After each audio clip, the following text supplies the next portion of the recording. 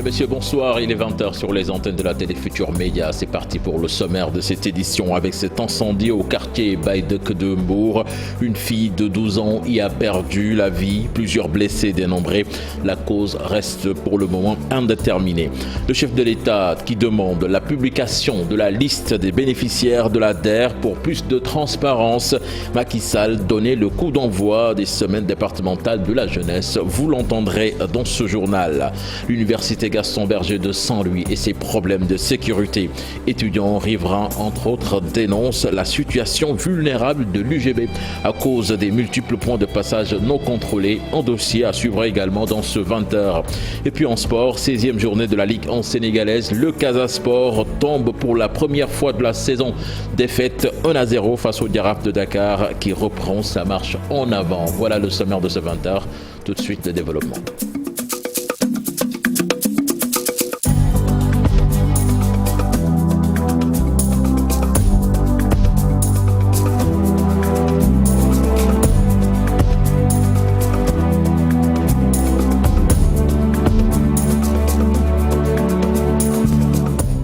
Bienvenue à toutes et à tous, direction Mbour à présent avec cette fille de 12 ans qui a perdu la vie dans un incendie au quartier Baïdek.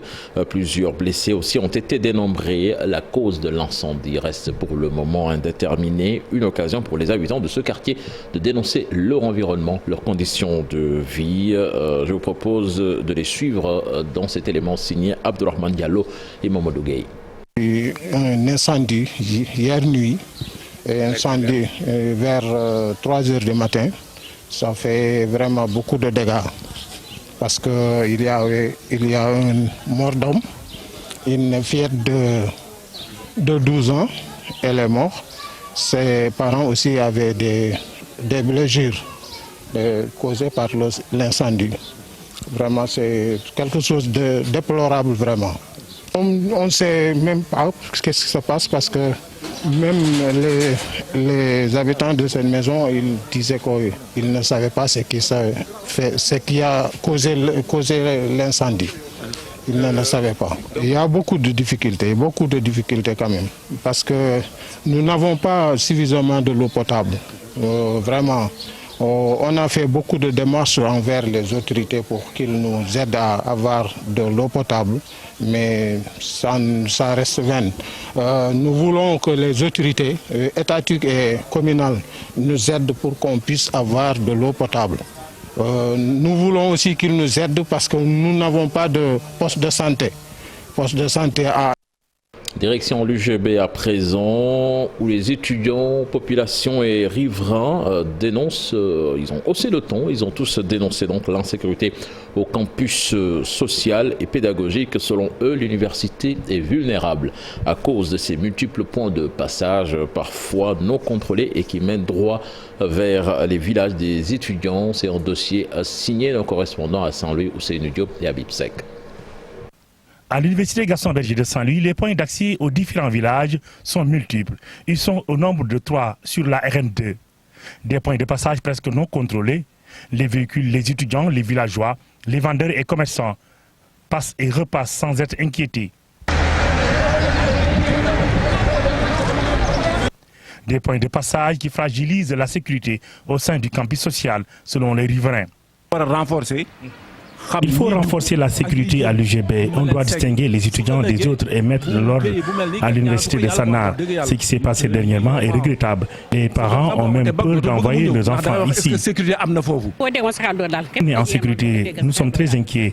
Nos enfants sont là et nous constatons qu'il y a un problème d'insécurité dans le campus. Donc il faut une surveillance stricte. Depuis le meurtre perpétré sur l'étudiante Seynabouka Diallo, la surveillance est renforcée devant la grande porte de l'université Gaston Berger de Saint-Louis. Les voitures sont désormais strictement contrôlées ici.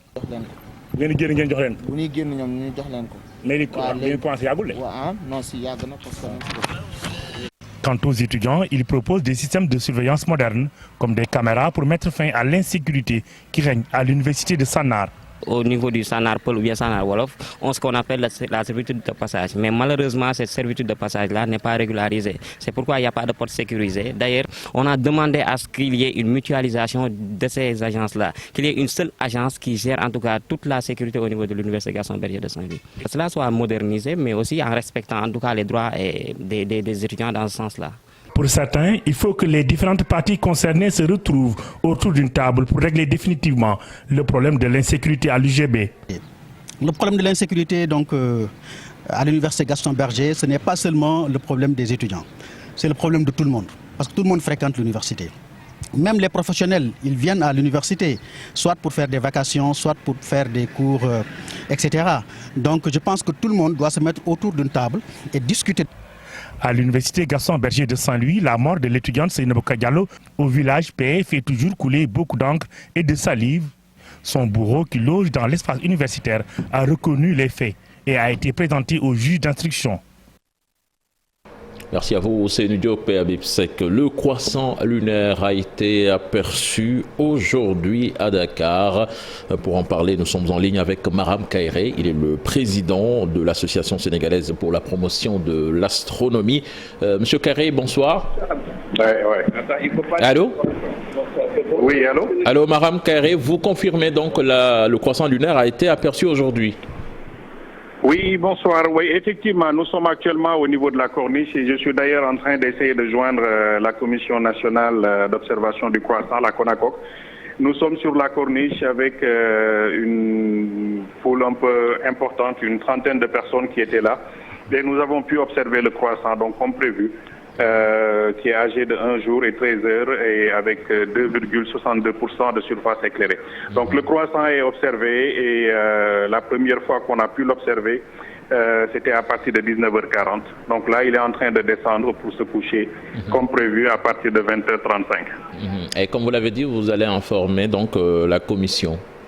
Tout à fait. Alors, toutes les personnes qui étaient là ont pu en profiter pour prendre des images. Au début, c'était extrêmement difficile de voir le croissant. Il est très fin. Mais heureusement, à partir de 19h40, ils ont pu même avoir des photos comme preuve. Donc, j'ai transféré les photos à la commission, mais je les appelle tout de suite déjà pour leur dire que nous avons pu l'observer. Voilà. Merci, M. Kairé, pour ces précisions. La lune qui marque l'apparition du croissant lunaire qui marque donc le début du mois de Ramadan au Sénégal. La sortie à présent du directeur de l'hôpital de Ourossogui, c'est suite à la crise qui secoue la structure sanitaire. Le docteur Ousmane Gueye récuse les accusations des syndicalistes tout en appelant au dialogue. Les détails dans cette correspondance signée Ali Bandelnian. Il a enfin parlé, le directeur général du centre hospitalier régional de Ourossogui. Le docteur Ousmane Gueye a convié toute la presse régionale pour se prononcer sur cette crise qui l'oppose à l'union régionale du SUTSAS de Matam. Sur la hausse de sa prime, il réagit. Je vous rappelle que la revalorisation de 400 000 francs CFA de mes indemnités, contrairement à ce qui est soutenu par mes pourfendeurs, procède d'une décision du conseil d'administration. Sous ce rapport, cette augmentation n'est nullement une décision unilatérale de ma personne, mais plutôt celle de l'organe délibérant de l'établissement public. Ainsi, la dépense y afférente ne souffre d'aucune irrégularité. Pour ce qui est de la soi-disant fausse facture destinée à la restauration des malades du Covid-19, le directeur de l'hôpital. Concernant les allégations de fausses factures, puisqu'on est dans le cadre d'un état de droit, s'ils sont convaincus de leurs accusations, je leur demanderai de saisir les juridictions compétentes. Aussi grand que puissant, un syndicat ne peut se substituer au pouvoir judiciaire. Sur ce rapport, je n'ai pas d'éléments de réponse à leur servir. Dans un document de 4 pages et un rappel des textes organisant les EPS, le directeur n'accepte plus la tenue des sittings dans son hôpital. Mais vous avez tous constaté qu'aujourd'hui, les sittings qui se tiennent au niveau de l'hôpital drainent du monde qui abandonnent leur poste pour venir au niveau de l'hôpital. Est-ce que ça doit se faire? Et on doit aussi, dans ce pays, apprendre à travailler selon les textes et les lois, les textes qui sont à notre disposition. Et c'est formellement interdit par le Code du travail. Donc si je l'ai toléré 5 fois, quand même, je pense que vous pouvez me classer parmi les personnes les plus tolérantes. Il se dit tout de même ouvert au dialogue pour une issue heureuse. Ce point de presse se tenait au même moment où les responsables de la section locale du SUTSAS passaient à l'évaluation du premier acte de leur 3e plan d'action. Santé toujours. Nous parlons à présent de la problématique de la prise en charge des enfants autistes. Selon une étude réalisée récemment, plus de 1500 enfants souffrent de cette pathologie. Actuellement, la prise en charge précoce des troubles du spectre autistique étant un enjeu majeur. Pour en parler, nous écoutons le docteur Mdaye Awadie. Elle est chef des services psychiatriques de l'hôpital enfant de Diamniadio. Elle est interrogée par Abdoulaye Anne. Donc, sur une étude sur 4 ans, nous avons retrouvé quand même une cinquantaine d'enfants autistes qui sont venus consulter dans les structures de santé. Mais sachant que la moitié des enfants sont encore chez eux. À l'heure actuelle, la prise en charge s'arrête à Diamniadio. Donc vous imaginez qu'il y a beaucoup d'autres qui sont chez eux, dans les régions, et qui ne peuvent pas se permettre de venir à Dakar. Nous avons ouvert ce qu'on appelle des écoles thérapeutiques dans les hôpitaux. Donc l'enfant doit être là, du lundi au vendredi, la plupart du temps de 9h à 13h. Donc pour un enfant qui habite Dakar, c'est possible, mais imaginez pour un enfant qui habite Tamba ou Saint-Louis, il ne pourra pas faire ça. L'autisme est une pathologie qu'on peut voir chez un enfant. À partir de 6 mois, on a des signes qui peuvent orienter. Nous recevons les enfants de 0 à 18 ans. Donc dès qu'un parent a un enfant, même s'il y a des problèmes à la naissance, notamment les enfants qui souffrent ce qu'on appelle de souffrance fœtale, c'est-à-dire le travail a été long, l'enfant a dû être réanimé, très tôt ils peuvent nous les orienter. Et là on peut corriger beaucoup de choses. Donc à partir de 6 mois, on peut voir plein de signes et on peut déjà prendre en charge l'enfant. Ils sont des jeunes de retour de l'immigration irrégulière ou des femmes issues du monde rural. Pendant une semaine, ils ont exposé les produits de leur récolte et de la transformation à la foire des agripreneurs qui se tient depuis le 29 mars dernier. Objectif, promouvoir l'agrobusiness chez les jeunes et les femmes, mais aussi les encourager à rester au pays et à entreprendre. Là-dessus, nous écoutons la représentante résidente de l'agence belge de développement, interrogée par Dissa Prera et Amadouba. Les agripreneurs, n'est-ce pas, jouent justement sur cette double ancrage, l'agriculture et l'entrepreneuriat. Et je suis éminemment convaincu que si développement il y aura, ce sera justement en passant par l'agriculture dans laquelle on peut l'améliorer, la faire plus intelligente, comme les jeunes nous ont appris tout à l'heure, more smart, comme ils disent, climate smart, en tenant compte des enjeux climatiques, en tenant compte du besoin de gérer l'eau aussi autrement dans l'agriculture, donc respecter la dimension familiale de la production agricole. Par contre, comme c'est inscrit dans le plan Sénégal émergent, industrialiser la partie transformation. Le chef de projet tout à l'heure vous a montré quelques exemples. Il a appelé ça des histoires. Et en fait, ce sont des jolies histoires. Hein. C'est Malik, Fatoumata, des histoires vécues par des jeunes qui ont essayé l'immigration et qui se sont dit finalement, ce n'est pas toujours tellement meilleur de l'autre côté. Essayons de réussir ici, dans notre propre terroir, le fameux Tekifi. Voilà, ils sont également plus de 300 000 ménages à bénéficier de protection sociale au Sénégal, selon une étude menée par un consortium de la société civile. Et pour les rendre autonomes dans la durée, il faudrait l'intersocialisation de tous les démembrements de l'État. Là-dessus, nous écoutons Amadou Kanouté, il est membre du consortium, interrogé par Dissa Prera et Amadouba. Un programme de protection sociale qui cherche à couvrir tout le cycle de vie d'une personne. C'est-à-dire de la naissance, vous avez le programme CMU qui entre là-dedans, à travers toutes les péripéties de la vie jusqu'à la mort. Pour le moment, il y a un programme qui s'appelle les 1000 premiers jours, où on s'assure que aussi bien la maman, le bébé sont pris en charge, les cantines scolaires pour les enfants qui vont à l'école, les programmes santé pour les enfants jusqu'à 0,5 ans, le plan Sésame, la césarienne, tous ces programmes sont dans le programme global de protection sociale au Sénégal. Et vous l'avez entendu, plus de 300 000 ménages aujourd'hui bénéficient des bourses de sécurité familiale pour les aider à sortir de la précarité économique. Mais surtout, ce qui est important et que nous avons vu dans les autres cas, c'est le processus d'autonomisation. Comment travailler pendant qu'on donne des ressources à un ménage, en même temps on l'aide à créer la possibilité pour ces ménages de s'autonomiser financièrement, économiquement. La fête du 4 avril se prépare activement. Le thème choisi cette année, les forces de défense et de sécurité et la résilience nationale. Eh bien, nous avons choisi un corps paramilitaire qui a participé pleinement à la lutte contre le Covid-19. Des agents du service d'hygiène de Thiès étaient en répétition au stade Mayang Soumaré de Thiès pour le défilé du 4 avril. Un reportage signé chez Anta Diop et Seylatir. Sont paramilitaires, des gens rompus à la tâche. Leur formation de base, c'est l'armée. Ces agents du service de l'hygiène de Thiès s'apprêtent à participer activement au défilé à la prise d'armes prévue le 4 avril prochain. Les forces de défense et de sécurité et la résilience nationale, ce thème choisi cette année, épouse parfaitement les missions assignées au service d'hygiène par l'État du Sénégal. On vient de vivre pratiquement 3 années de Covid. Et dans le cadre de la prévention et du contrôle de l'infection, les agents d'hygiène, aussi bien de la région de Thiès qu'à travers le Sénégal, ont été très actifs pour contribuer à endiguer cette pandémie au niveau du Sénégal et particulièrement au niveau de la région de Thiès. Capitaine Idrissa Ndiaye, chef de la brigade régionale de l'hygiène de Thiès, nous fait le résumé des interventions. Dans le contexte de cette pandémie, le service d'hygiène en 2021 a eu à visiter 21 000 ménages pour sensibiliser 140 000 personnes sur les bonnes pratiques d'hygiène et les gestes barrières. En même temps, les éléments du service d'hygiène ont eu à faire la désinfection de pratiquement 1500 domiciles et structures qui avaient des cas de Covid et décontaminer pratiquement 105 corps sans vie. Des personnes qui ont été victimes de la Covid au niveau de la région de Thiès. Ces agents de l'hygiène publique affirment que la santé doit être globale et intégrée. Dans cette intégration, il y a vraiment la main du service national de l'hygiène. Parlons littérature à présent dans cette édition, une rencontre exceptionnelle avec un auteur rare, rencontre d'autant plus exceptionnelle que c'est un écrivain à succès. Son ouvrage à succès, Frères d'âme, a été prix Goncourt des lycées 2018, prix Kuruma 2019, Globe de cristal du meilleur roman 2019.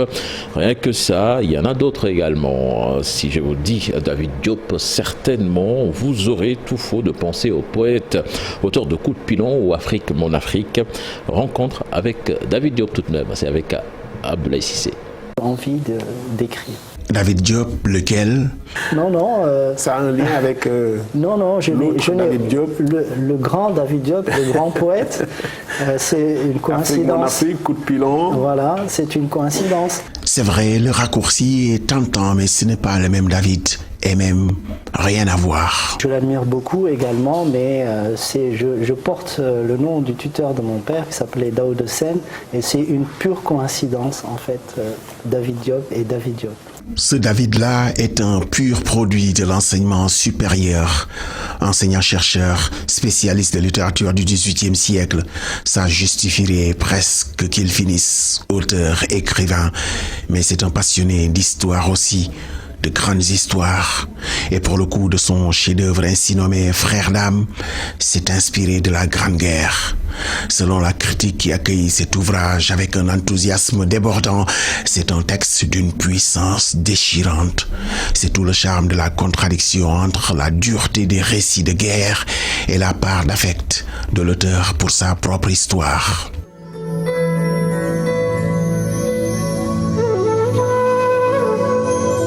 J'ai d'abord écrit pour moi, parce que j'ai eu un grand plaisir à écrire ce texte, même s'il est très dur, puisqu'il évoque la Première Guerre mondiale et les tirailleurs sénégalais dans la Première Guerre mondiale. Et puis j'ai écrit aussi ce livre pour mes parents, qui viennent de deux cultures différentes, culture française et culture sénégalaise. Vous êtes un grand amoureux, la dédicace est pour votre épouse, aux yeux baignés de lumière lucide. Dis donc. C'est la tentation de la poésie en fait, que je mets aussi, que je laisse à lire dans ces dédicaces à mon épouse. Mais alors, le secret des Frères d'âme, un livre de guerre, que dis-je, sur la guerre, mais alors plébiscité par un public jeune et couronné par le prix Goncourt des lycéens à sa parution en 2018. Pourquoi ça touche autant les jeunes ? Les jeunes qui l'ont plébiscité, peut-être se sont identifiés à des personnages qui avaient leur âge quand ils sont partis faire la guerre. Et puis aussi, c'est lié peut-être à la forme du livre qui permet une intrusion du lecteur dans la conscience du personnage principal.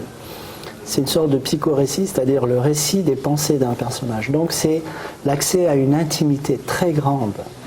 Et cette intimité très grande avec les pensées d'un personnage, on ne peut la voir que quand on entend un lapsus. Et ce lapsus découvre en fait le fond de la pensée d'une personne. Et bien là, je crois que c'est un roman à lapsus, qu'on appelle Choix Goncourt dans 8 pays. Pour ne pas écorcher sa modestie, nous épargnons de dérouler la très longue liste des trophées de Frères d'âme. L'auteur en oublierait presque qu'il a remporté aussi, tenez-vous bien, le Globe de Cristal du meilleur roman 2019. La bibliographie de David Diop est déjà assez fournie depuis 1889, l'attraction universelle, jusqu'à la dernière publication, La porte du voyage sans retour. L'autre David Mendes Diop avait Coup de pilon, Afrique mon Afrique. Finalement, un nom pas si lourd à porter pour un prodige de la littérature. Merci Abdoulaye Cissé. Je vous l'ai annoncé tout à l'heure, le chef de l'État donc qui demande la publication de la liste des bénéficiaires de la DER pour plus de transparence. 6583 unités économiques ont été financées et le programme Ryundawi emploie aujourd'hui 46 334 selon le président Macky Sall qui donnait le coup d'envoi des semaines départementales de la jeunesse. L'élément n'est pas en place, certainement nous l'entendrons dans nos prochaines éditions. Le chef de l'État qui a dit également aux jeunes présents au CICAD, ne perdez pas votre temps sur les réseaux sociaux à la merci de personnes qui se disent influenceurs. Saisissez l'essentiel sur Internet, cultivez le savoir et ne vous laissez pas manipuler. La page des sports à présent avec la 16e journée de la Ligue 1 sénégalaise. Le Giraffe de Dakar qui crée la sensation de ce week-end à domicile et a infligé le Casa Sport sa première défaite de la saison sur le score d'1-0. Un but signé Bouli Junior Sambou. Pendant ce temps, le leader Génération Foot est tenu en échec par la Lingard de Saint-Louis, 0 but partout. Le même score sanctionne le match Tenguet FC US Gorée alors que l'AS Douane est allé battre Dakar Sacré-Cœur 1 but à 0. La suite de la journée ce dimanche avec les affiches Guédiawaye Diambar et Ndiambour Seneps de Thiès. Nous parlons du tirage au sort de la Coupe du Monde avec le Sénégal qui figure dans le groupe A en compagnie de la Hollande qui est à la recherche de son premier titre mondial. Une équipe d'Amérique du Sud qui est l'Équateur très costaud et le pays hôte qui est le Qatar. Nous avons fait le point sur le palmarès de ces équipes qui partagent le groupe A avec les Lions du Sénégal. C'est avec Mamadou Ndiaye. Le Sénégal partage son groupe avec le pays hôte, le Qatar. 51e mondial selon le dernier classement FIFA, la sélection du Qatar est l'une des inconnues de ce mondial. Encore marginale il y a quelques années, l'équipe qatarienne a pris un... De Jong, das goed. Les Pays-Bas, qui vont démarrer la compétition avec les Lions du Sénégal, peuvent être les vrais outsiders du mondial, même s'ils ont raté la dernière Coupe du Monde en 2018. Depuis, les Néerlandais enchaînent les bonnes performances sur la scène internationale. 10e au dernier classement FIFA, les Pays-Bas ont fait match nul, 1 but partout face à l'Allemagne, au mois de mars dernier. L'équipe autour du capitaine et superstar Virgil van Dijk est composé d'autres joueurs très talentueux comme Frankie de Jong, Matthijs de Ligt, Donny van Beek et Memphis Depay. Les vice-champions du monde de 2010 attendent avec impatience leur premier titre de champion du monde. Les Oranges sont favoris du groupe A. Ils devront ensuite prouver sur le terrain qu'ils sont capables d'aller plus loin. Enfin, l'Équateur pour compléter le groupe A. 46e au classement FIFA, l'Équateur en est à sa 4e participation en phase finale de Coupe du Monde. Mais la route vers le mondial Qatar 2022 n'a pas été différente et a été parsemée de matchs spectaculaires et parfois équilibrés. Les Équatoriens se sont frottés avec le Brésil, l'Argentine, l'Uruguay, le Pérou et ont réussi à décrocher la qualification devant la Colombie, le Chili et le Venezuela. Les hommes de Gustavo Alfaro ont fait match nul, 1 but partout, le 29 mars dernier, face à l'Argentine de Lionel Messi, même si le sélectionneur reconnaît juste après le tirage que l'équipe du Sénégal est un adversaire difficile. With the finish at the far post. And surely this time Namibia's resistance has been. Puis Bled Football Club, qui évolue en 4e division en France, cherche des pépites au Sénégal. Pour cela, il a organisé un tournoi qui a réuni des écoles de football. Une première édition remportée par celle de Fas. Cher Sadibou Diarra et Amadouba y étaient pour nous. Détecter et permettre à de jeunes footballeurs sénégalais d'aller évoluer en France, c'est l'objectif du tournoi organisé par Bled Football, un club de 4e division en France. Nous avons besoin de ce genre de projet parce que la formation est laissée en rade au Sénégal. Il faut bien s'intéresser aux jeunes footballeurs des écoles de football qui rêvent d'une carrière professionnelle. Bled Football Club le fait bien au football comme au basketball. Au niveau des baskets. La première édition du tournoi, qui a réuni de nombreuses écoles de football, a vécu dans le fair play au terrain de Niary Tally. Franchement, le tournoi était bien passé avec les jeunes, on était contents, ils sont bien joués, il y a des actions, tout ça, il n'y a pas de bagarre, il n'y a rien. Quand ils sont blessés, ils se donnent la main entre eux, ils se lèvent. La prochaine fois, on va essayer de voir contrat avec les dirigeants de l'ambassade de Sénégal, si c'est possible. Une fois, on va voir ça. Là, on va faire ramener des joueurs d'ici pour les ramener en Europe. L'école de football de Fas a soulevé le trophée après son succès à l'issue de la séance de tir au but. Un triomphe dans une bonne ambiance. Merci à vous, cher Sadibou Diarra. C'était le dernier élément de ce journal. Excellente chute des programmes en compagnie de la Télé Futur Média. Au revoir.